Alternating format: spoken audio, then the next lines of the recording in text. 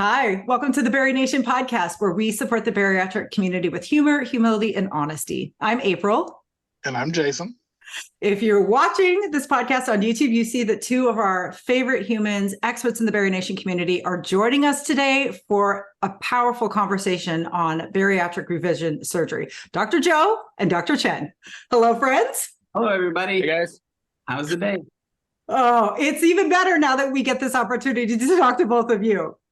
This conversation has been one we've had on the books for a very long time because it is a very popular topic in our community. As bariatric surgery, I think, kind of grows in public popularity, more and more patients are having revisional surgery for a myriad of different reasons.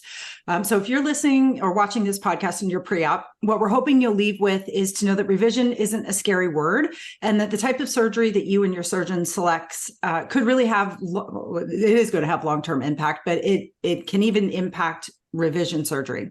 If you're a post-op patient and you are wondering about revision surgery, or you think you maybe have some symptoms that would indicate a revision could be possible, we really hope that you leave this conversation empowered with some new education, some new knowledge, and just kind of the support of a community to go forth and have these conversations with your bariatric surgeon or with your PCP. So before we kind of dive into the conversation, I would love to turn the mic over to you, Dr. Joe and Dr. Chen, to introduce yourself for anybody that maybe has never met you before. So Dr. Joe, we'll start with you. Well, hello, everybody. My name is Joe Cribbins. I'm a bariatric surgeon. I've been doing this about 23 years, and I'm in Dallas, Texas. And my excellent partner is here, Dr. Chen, Dr. Edmund Chen. And so, yeah, we're your local bariatric surgeons if you find yourself ever in the Dallas-Fort Worth area. Yes. We love the bariatric community. We love especially everything that BariNation does for our patients. And so we're just happy to be here. We are thrilled to have you. You guys are both experts in the field of bariatric medicine, and especially in revision surgeries. You're also experts in the community. So you host live events for us. You're teaching in BariNation. And of course, you're joining us on the podcast all the time. So we thank you for your time. We know how valuable it is. So if you guys are ready, I just say, let's dive in. Okay. Let's dive in. All right. So to start off this podcast, we actually have some big news. Jason, you got something you want to share? Yeah, actually, the funny thing about this episode is it's on revisions, and when we booked it, I wasn't having one, and now I am having one, and I'm actually having one with Dr. Cribbins.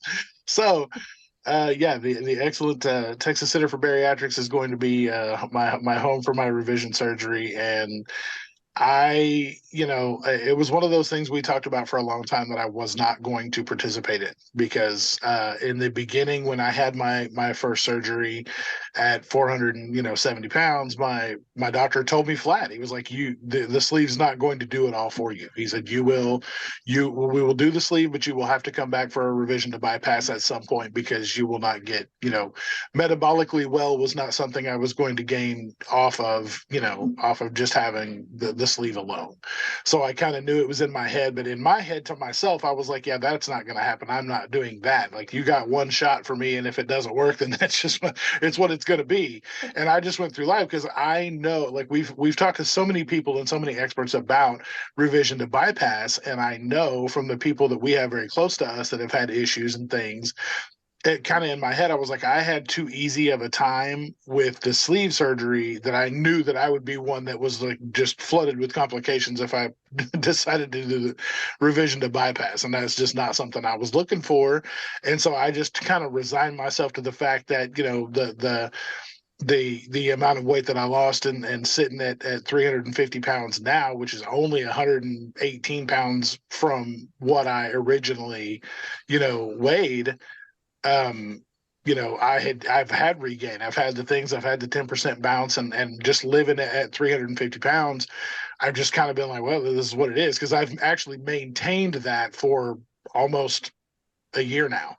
And while I wasn't happy with it, at the same time, I wasn't looking for the alternative until, I had a very long, very educational talk with Dr. Joe at the Just Be You Awards in Washington, D.C., where he let me know that this wasn't the end of the story. Like, I didn't have to live unhappy. I didn't have to live metabolically unwell after going through all the things we did to get to where I was, and still to be metabolically unwell is not what I was looking for. I mean, the extra loss of weight will be fantastic for me, mentally, but at the same time, this is metabolically for me. Like, I need to, like, there are still things that I have that are conditions that I won't have, with more weight loss. So that's kind of how the coin flipped for me.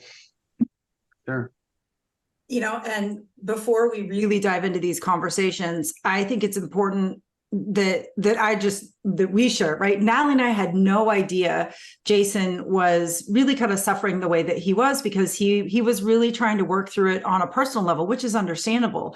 If you're listening to this podcast or you're watching this podcast episode and you're feeling some guilt, some shame, if things are feeling heavy, if you don't know where to turn, I think we just kind of want to normalize those feelings, because Jason, Natalie, and I were extremely close. We're very close to Dr. Chen and Dr. Cribbins, and none of us really knew that Jason was going through this. So it takes a lot of time. It takes a lot of bravery. It takes a lot of internal conversation to get to the point where you can have a conversation with your friends within the community or with a medical provider. So just know that this takes time, and Jason is here bravely sharing his story with us. So just like props to you, my friend, for not giving up, but for knowing that something was missing, and you just continued to look for treatment. You really took that word chronic to heart, meaning like lifelong. This is going to be reoccurring, and you were always searching for something else to help you fight the disease.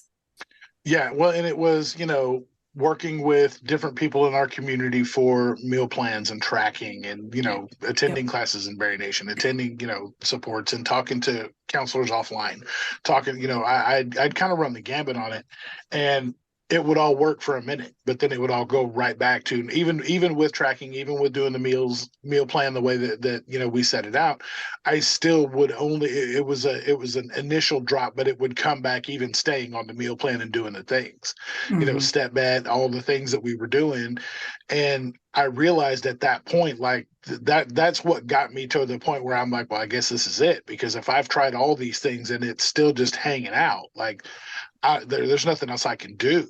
But then I kind of clicked to me after speaking with Dr. Joe. It really was more of, I kind of got back to what brought me to the surgery in the first place, because I was like, this is exactly where I was when I made the decision to have the surgery initially, to have the sleeve surgery. So why wouldn't I employ the same thing on this end of it after I've tried all the same things I did pre-sleeve that weren't getting it done? So, it really, along with talking to Joe and him explaining to me, kind of how everything was and how it works, and the kind of the anatomy behind it all, really logged it in for me so that I can really come to terms with the fact that I didn't mess up. It's not, it's not my fault. It's not one of those things that you can just pinpoint and go, oh, well, if you just hadn't eaten cheese, you all been good. And it wasn't that way for me. So that it brought to terms for me. It took a lot of the shame. So I really was, I thank Dr. Joe for a lot of things in my life, but this was one that really did help a lot. So, I commend him very much for explaining it to me in such a way that I could kind of get out from under the shame blanket. Yeah, you're very welcome. That's a perfect segue. So Dr. Joe, what would you say to patients that are maybe feeling this shame around possibly having to go in for a revision surgery? Well, obesity, it's a chronic and lifelong disease, and there's so many things that we have in our toolbox to combat it. There's all the non-surgical things that we can do, with the exercise and the nutrition, the psychological aspect of it. And, there's a whole bunch of new medications out that we're using. And then we move into, the surgical treatment, and there's a myriad of different surgeries, and discussing with your surgeon which one may be the best one for you is the next best step. But down the road, there's sort of two subgroups of sort of revision surgeries. You have revision surgeries for people who are having troubles. And like a good example of that was, I have a sleeve, I'm doing really, really well. but I'm suffering now with some reflux that's recalcitrant to medical treatment. And there's several things that we can do for that. But there's also I've had a bariatric surgery, and even if you're doing very well, like Jason is doing very well, when you start at a very high BMI, and even if you're doing extremely well as far as weight loss, your BMI could still be in that morbid obesity category, and you could still be having adverse health issues with it. It's time to sort of start considering a revision to that surgery. And whenever I'm talking to a patient and we're considering a revision, we always have this discussion of, well, why? And, there's kind of like there's subgroups, there's sort of your patient factors, food choices, exercise, vitamins, sleep, the mental game of it, all those sort of things, that Jason was talking about, that he's been doing all of these things. But then also sometimes there's just, kind of technical factors to it. Like, the sleeve is just at this point, too large, for whatever reason. And especially sometimes at higher BMI weight patients, it can be difficult to get, all of that stomach that you need to get out of there safely. You know what I mean? It's just technical factors to these operations, or it just kind of like balloons out up at the top. And then after a period of time, the surgery is just not doing what it should be doing for you. So first thing to do with any sort of, weight regain or consideration of a revision is just get back with your team, work on all your patient factors. And then if the patient factors, if they're in line and you're doing a good job, then it comes down to surgery factors. And there's, a few different types of revisions that we do that can really, really help. And that was going to be my next question to Dr. Chen, right? So when you are working with your patients that are considering revisional surgery, what things are you looking at in terms of, right, what's within a patient control versus what's not in a patient control, right? So what types of things would you want to be seeing a patient doing well before surgery? And then what types of tests or what things are you actually looking for to make that physical determination? Yeah, that's a great question. I think really the majority of things, like Joe said, like majority of our patients who are coming to us for revisional surgery, they're doing everything right. I mean, this is really the disease at fault here. The patients who are coming to us, they are working hard with the diet. They're eating small meals, they're eating high protein, they're eating high fiber, they're doing everything right with the diets. They're exercising, they're pounding at the gym, and they're just frustrated that, hey, we had all this weight come off initially, but I'm doing all the same things and just nothing is happening, or even the weight's coming back. So, of course, we make sure that the patients are doing those things, but I would tell you that the vast majority of our patients are absolutely doing those things that they are trying to use their tool properly. And so then if it's not a patient factor, there's nothing that we can really fix on that end, then we really start talking about this is just the disease itself. Obesity is, like we said, extremely chronic disease, extremely complex disease. Everyone's metabolism responds to surgery differently. I mean, if in an ideal circumstance, I wish I could just draw your blood and just sort of run your genes and run your labs and just say, boom, you'll lose this amount of weight with this surgery, you lose this amount of weight with this surgery. But we don't have a way of doing that. All we can do is just give our best educated guess and kind of, in a way, just see how you do with that surgery. So if you're coming back with issues, this again is not your fault. I think you're doing everything right, and so we got to look at other things revolving around the disease itself and around that old surgery. So some of the other tests that we can sort of do. One of the first things that we do typically do is endoscopy. So a camera or EGD. An endoscopy, you go nicely to sleep. We put that camera down the mouth, and based on what old surgery you've had, sleeve or potentially some Roux-en-Y, kind of take a look at the configuration of that old surgery, see if there's anything unusual that we would need to sort of do. Other things that we can sometimes do, sometimes we do swallow studies where you go to like the radiology department, you drink some contrast and we watch it go down and we kind of see how things move through the stomach. Some other probably less common tests, or sometimes we look at like pH tests, manometry tests, which sort of test how the esophagus and the stomach sort of squeeze. So there's a variety of tests that we can sort of do depending on sort of the symptoms that you're coming in with. But I'll say the vast majority of our patients who are coming in for revisional surgery, other than just, a detailed history, probably get a EGD plus or minus a swallow study as well. And that really will sort of help us figure out what the next sort of step would be for that patient. Yep. Swallow study is what I just went and did. That was good. It was a good time. Nice. But, it was awesome for me to let them know ahead of time. It was awesome for me to let them know ahead of time after they played, Tom Cruise and Cocktail and mixed up all these different barium drinks for me to drink. And I was like, I had sleeve surgery, so I can't drink like a quarter of that. And they were like, oh, we'll just drink this one. I was like, oh, okay, cool. That works. So, but it was good. It was good to know because like you explained to me, when you were talking about the difference in the makeups of the sleeves, that mine more than likely wasn't sized properly and that I, probably left a little bit too much in there, as well as the top of the stomach being a little bit bigger, just because my capacity's always been larger than anybody I know that has had surgery. So it wasn't, I always just assumed that that's just what it was. Like, I didn't know, like medically, I had no idea that that was a thing and that even happened until I actually spoke to you the first time about it.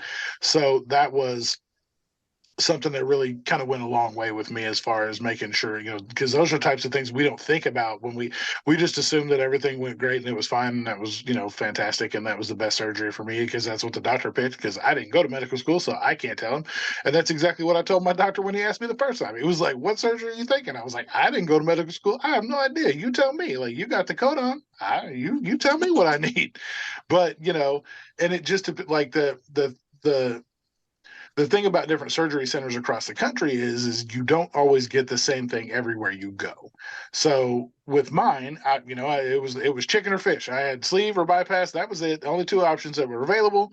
And the funny thing is today, my wife, who's also having revision, went to our primary care physician, which we have the same primary care physician. And when she broached the fact that we needed a letter written by her to approve the fact that we're going to have revision, she was hesitant to write it because she has no clue what the SADI is. So she was like, yeah, we don't do that at Baptist. And she's like, well, that's cute because we're not coming to Baptist for it. We're going to go to Texas and get it done. And she's like, well, I don't understand what this whole thing is. Like, I'm just going to have to do some research. And so I was like, oh, no, that's cool. And so she broke her down exactly what the SADI was. And so they looked it up together because she's like, I'm not leaving the office without the letter. So let's look it up together. Let's do a little fact-finding mission and we'll figure it out. So, and they did. But I mean, at the end of it, it was funny because I'm just like, how, like, in her eyes, she's like, I'm not going to sign off on something I don't know about, which is great. Like, that's what you want out of your doctor. But at the same time, like, why, like, you need to kind of be a little, I would assume you would want to be a little more well-versed in these types of things, because how many people out there need something that they're not able to get because the surgery center's the same way and their primary care is not willing to look it up and figure it out. Yeah. That was my... I was going to say, that was my very next question, right? Like, how important is it when we're doing research or when we're learning about revisional surgery to understand that there are more possibilities out there than perhaps what your original surgical center offers, right? I mean, Dr. Joe, how many different revisional surgeries do you guys do at your center? Oh, a whole bunch. I mean, there's there's all sorts of different revisions that we do all the time. And it's really kind of like individualized to that patient, why they're having their trouble, if they're having any adverse symptoms with their surgery, and which surgery do we think that, they're going to have the best success with. And some surgeries, every primary care, I love them. But, I don't know that much about diabetes. I don't know that much about cholesterol. Like, I'm just not the guy to ask about that sort of thing. And I don't keep up on all the new things that are coming out and, that sort of thing. So I can't, the primary cares, a lot of time, they just don't know all the different options, that we have currently, to help. And, that's okay. That's why you just say, hey, I'm going to go back and see my surgeon, whether it's an original surgeon or a second opinion surgeon, and get more detailed facts on everything. And I think that's the missing piece for a lot of people in our community. We were already nervous to go through the gauntlet that was to get approved for bariatric surgery the first time around. And then you start to think, oh my gosh, okay, I really might need something different. But if you don't have a great rapport with your PCP, Or if you don't have a good rapport with your bariatric surgeon, and then you stack onto that maybe some shame and guilt that you're feeling because you think you did something wrong to your surgery, you could really be a little bit paralyzed by that, right? So, Dr. Chen, what would you recommend people do if that is what they are feeling? Like, what would be the first step for people to really kind of advocate for themselves and their needs?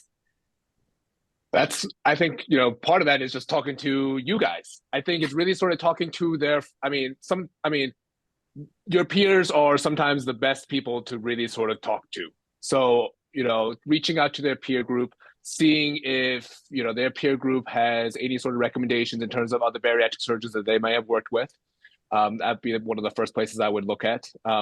If they are as lucky to have the support group, something like BariNation, that would be another great place to look at. And then if they are just not getting the answers that they need, then really they really should advocate for themselves. They really need to stand up for themselves. Like, hey, I need this. This is not my fault. This is the disease is speaking, and I need to seek treatment for this disease.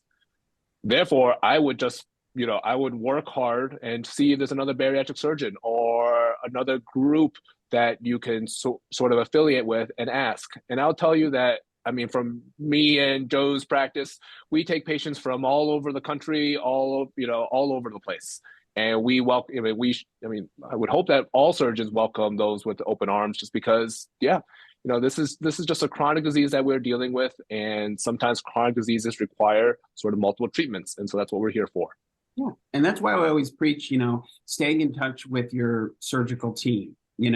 At least yearly back with your surgeon and that team to kind of a follow up and, hey, how you're doing, and really just sort of like gauge how things are going. And then, you already have that appointment set up to like kind of start that conversation, and then you could go from there. Mm-hmm. Dr. Joe, what are some symptoms or some things that bariatric patients might be noticing that could indicate I need to do some further researching or testing? Like what's kind of that tipping point in the patient brain to go down the revision road? So I think, so the first side would be, I'm having some sort of symptom, I'm having reflux, I'm having pain, I'm having something that's going on that's untoward and is affecting my life, and I need to get that sorted out. And so definitely go back and see your surgeon. Maybe a medical treatment like, oh, we'll just put you on, a proton pump inhibitor, an acid reducer type medicine. We're going to fix you, or, it may be more complicated than that. As far as weight regain goes, just kind of, recheck your BMI and, see where you're sitting, gauge yourself, from where you started to where you're sitting now, really take a hard sort of introspective look of, am I doing all the right things that I need to be doing? And then, reach out to a surgeon and say, hey, I think I, would like an evaluation. If you're still in the morbidly obese category, and or you're still having, your diabetes is, maybe better but not gone. Hey, your blood pressure was doing great, but now it's back. You may be an excellent revision candidate. I'm thankful that you said that, because this is something that Jason, Natalie, and I had a pretty poignant conversation with Jason, because, honestly, for the 3 years that I've known Jason, it's no revision, never again, no. But then we see him struggling. We see our friend struggling with the disease, and you don't really know how to help, because you don't want to say something that offends them, because that's not your intention at all. But at the same time, you're like, oh, I kind of don't know what to do.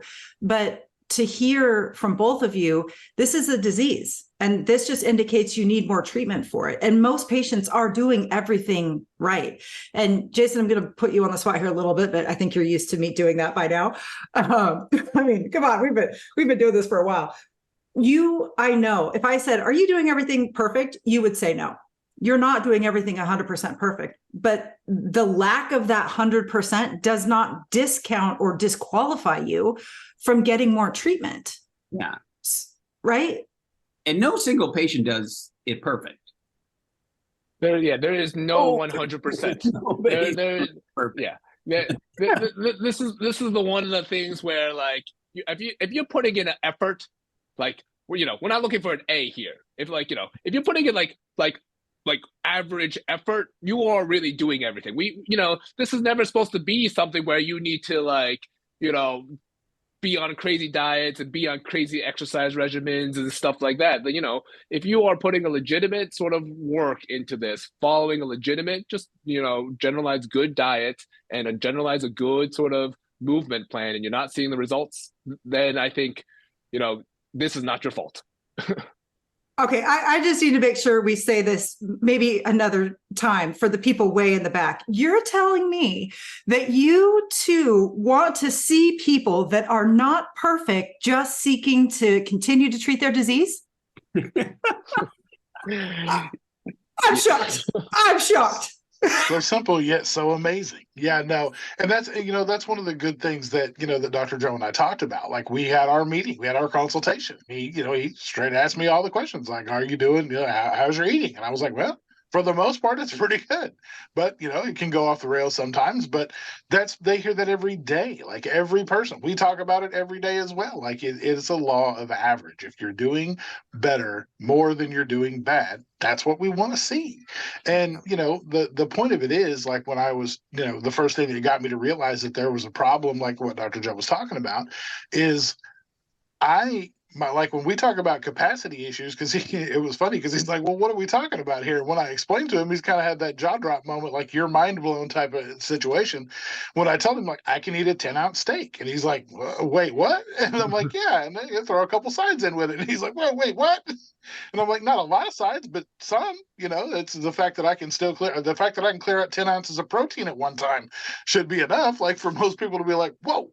And I don't advertise that a lot, but that's legitimately what got me to realize, like, there was a problem, because I'm eating all of the things, the complex carbs, the bariatric friendly plate, like what the plates are supposed to look like, and I'm still starving to death. And people, it's like, "Oh, well, it's about the satiation." And I'm like, "Yeah, that's not there," until I, like, really go at it. And it wasn't until I realized, that's when I really, figured out that there was a big problem. And that was actually before I had gotten to where I'm at right now as far as weight-wise goes. So mentally, I kind of knew that, where the train was headed. I just I wasn't looking for the station. That was the problem.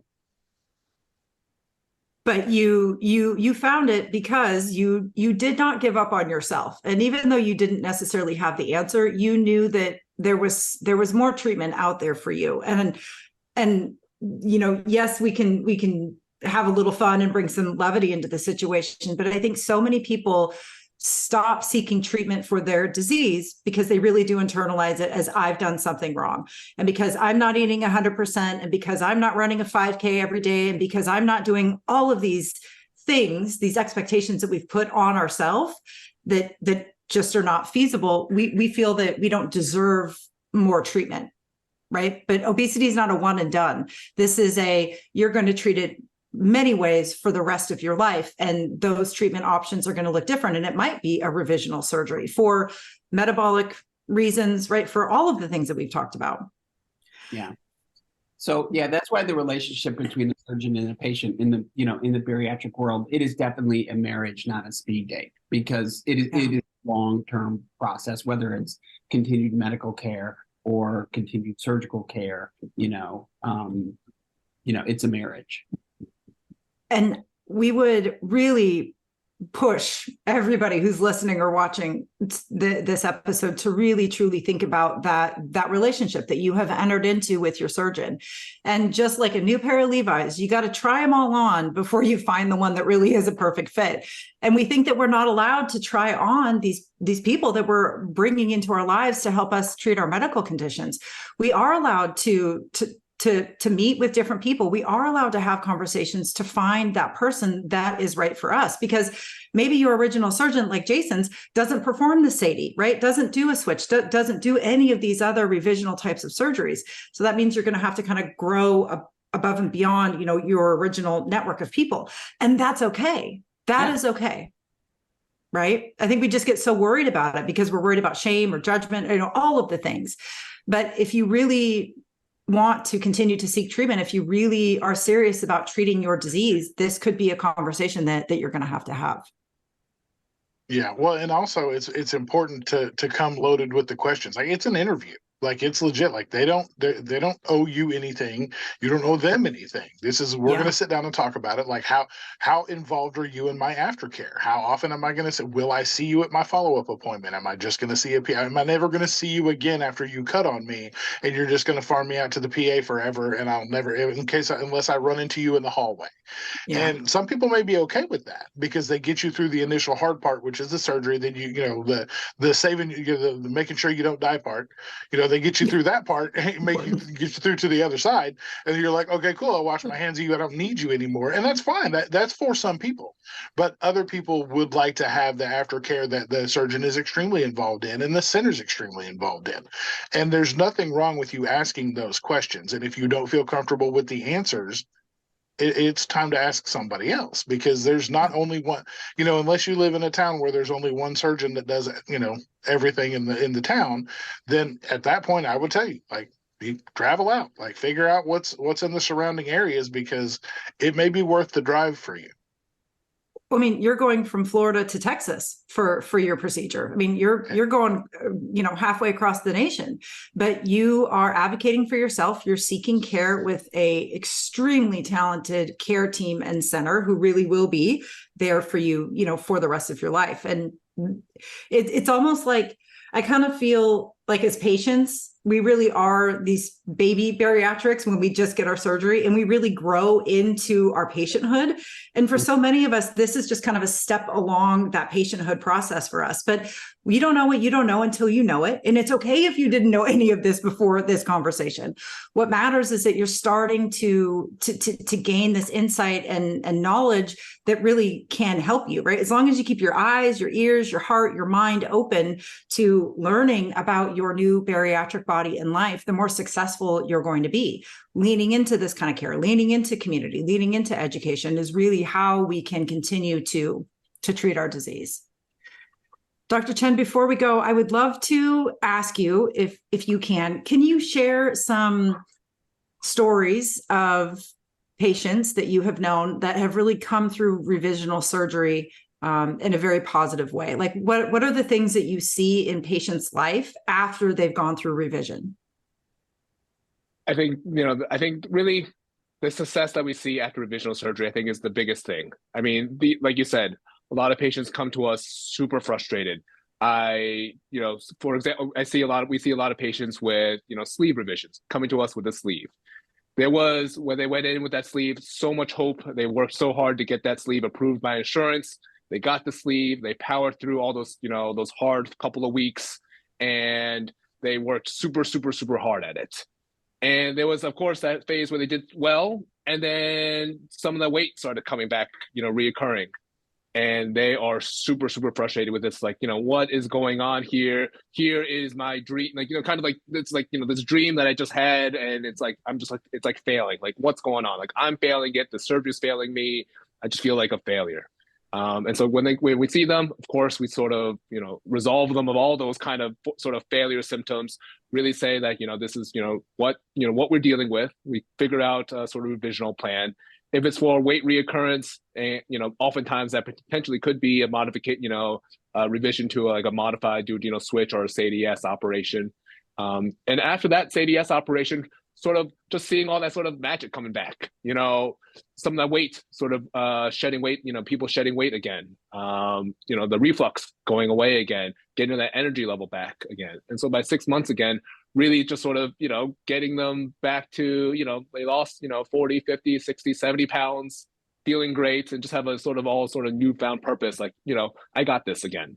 And just making sure that, even with the revisional surgery, this is not for sure, right? This is just, the second surgery is not the end all be all either, right? We still got to work at it, but really just sort of helping them through that. And I think that's just great. Just giving them, everyone's back on track. We're getting some good results. And I think, giving that hope back.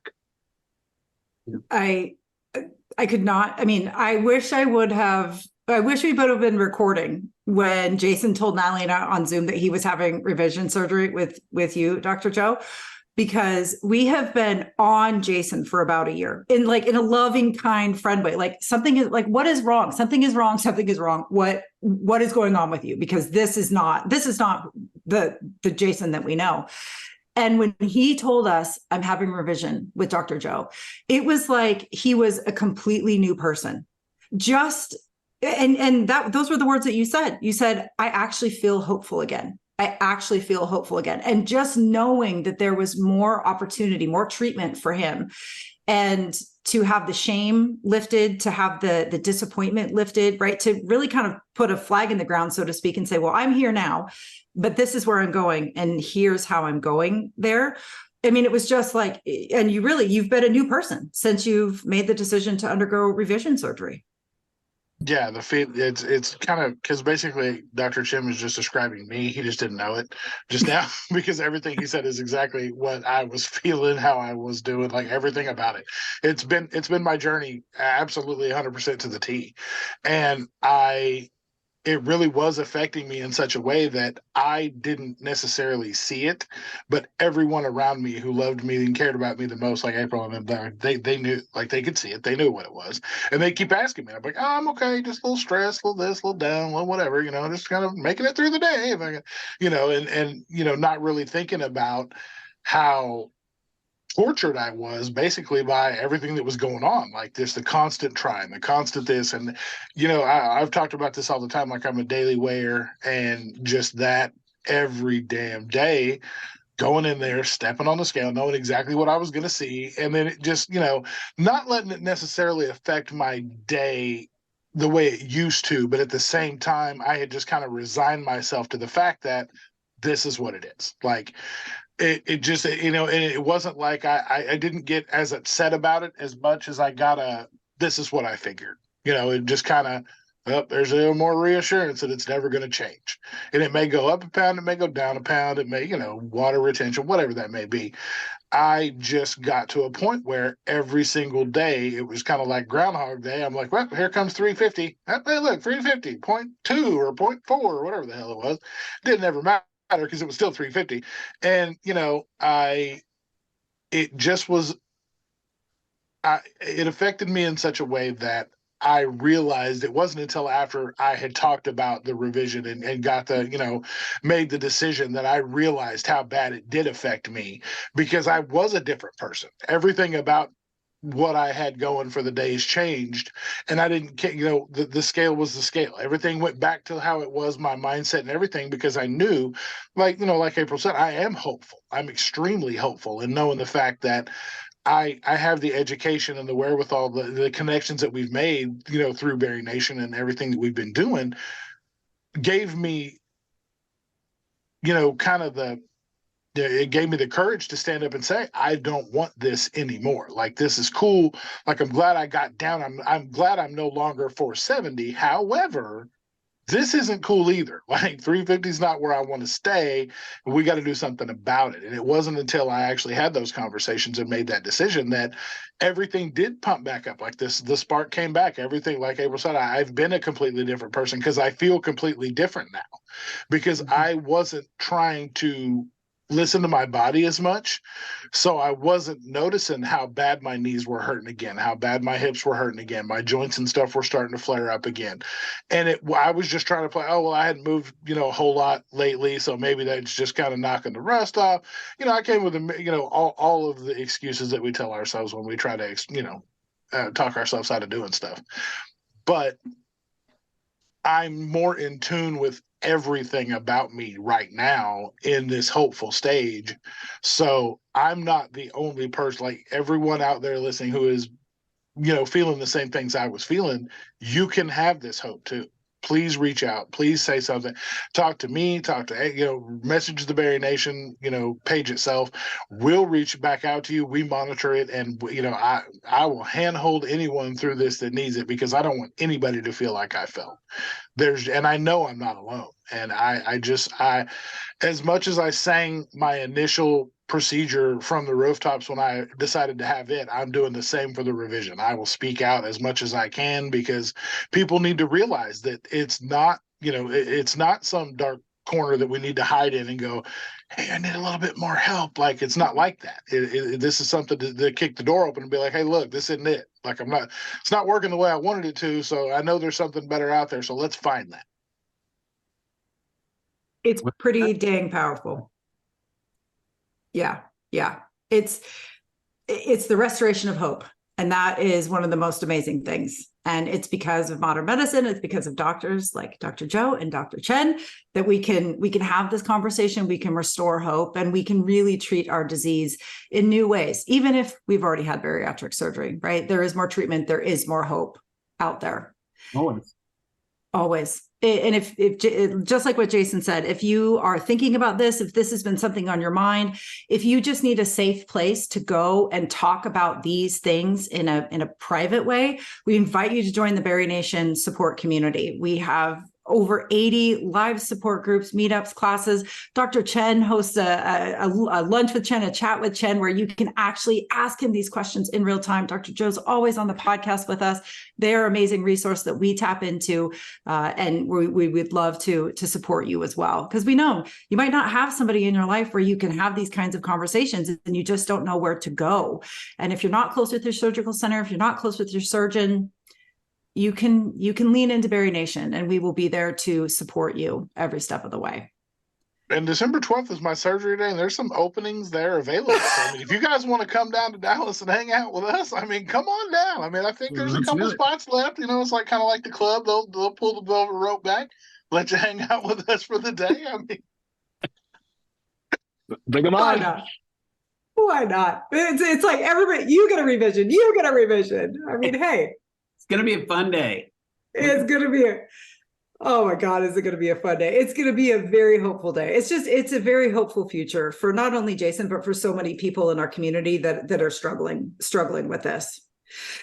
Dr. Joe, Dr. Ed, what is the one thing that you're hoping people leave this conversation with when they're thinking about revisions? And Dr. Joe, we'll start with you. I would say it's not your fault. And just sort of, if you've had weight loss surgery and you're just not getting the results that you need, just shake that shame off and get back with your team and start having the conversation and start sorting it out, and that's the biggest thing. Dr. Chen? And then just to build on that, revisions work. If you hadn't found success with your sleeve, your original surgery, again, don't think that you're not going to have success with your revisional surgery. You're not getting success with your first surgery. Again, this is just the disease sort of being more powerful than that first surgery was. We just need a more powerful metabolic surgery to fix it, and that's what we're here for with that second operation, the revisional surgery. So it is not your help. We can get you sort of the results that you are looking for, and it works. Yeah. I'm leaving this conversation just so thankful that you two said so beautifully what we've been kicking around in our brains, right? This is not our fault. Obesity, it's not our fault. It's not something we asked for. And perfection, or our lack of perceived perfection, should not prevent us from continuing to treat our disease. Right? We are doing everything right. It's the disease that we're battling. And as the disease grows with us, as our life continues, so does the treatment that we need to onboard. And sometimes revisional surgery is a part of that treatment plan. So I just so appreciate you guys saying that so succinctly. Well, thank you so very much for joining us tonight. Jason, thank you also for being so open about your upcoming revision. Of course. This is a safe place, so I can speak all the things. This is a safe place. Dr. Joe, where can people connect with you or follow you? TexasCenterForSurgery.com is our website. It's a great resource. And One Operation Changes Life is our Instagram, also a great resource. And if you click those contact buttons, actually, you directly get me and Ed. So we're pretty easy to get hold of. Literally it. That's actually how easy it is, my friends. That's it. You hit them up on Instagram, you hit them up on the website, and it's them. Yeah. Or Marty, depending on the day. I mean, if Marty's in. It's probably Marty. Oh, goodness. Thank you so very much for your time tonight, gentlemen. This has been a wonderful conversation. Thank you, guys. It's been great. Thank you so much. Jason, my friend, you want to take us out? Yes, ma'am. I personally want to thank the both of you for being pillars in not only my life but the community, because this community is a much greater place with both of you in it, and the dedication that you guys show to our community is just unmatched. So we appreciate you guys so much. Thank you for everything, like I said, not only you've done for me and my family, but what you've done for the community as well. So and to our community at large, thank you guys for all the support you've shown us, the likes, the shares, the subscribes, the telling people, we exist, because help is in all corners and we need to find those people that need it, and, reach out to them and reach all the people that may need the assistance, because, they need to know that we're here too, and that they're loved, and that they need, that we've got a place for them as soon as they're ready. And just at the end of the day, remember that you've got this, we've got you, and we'll see you next time. See you guys next time. Bye, everybody.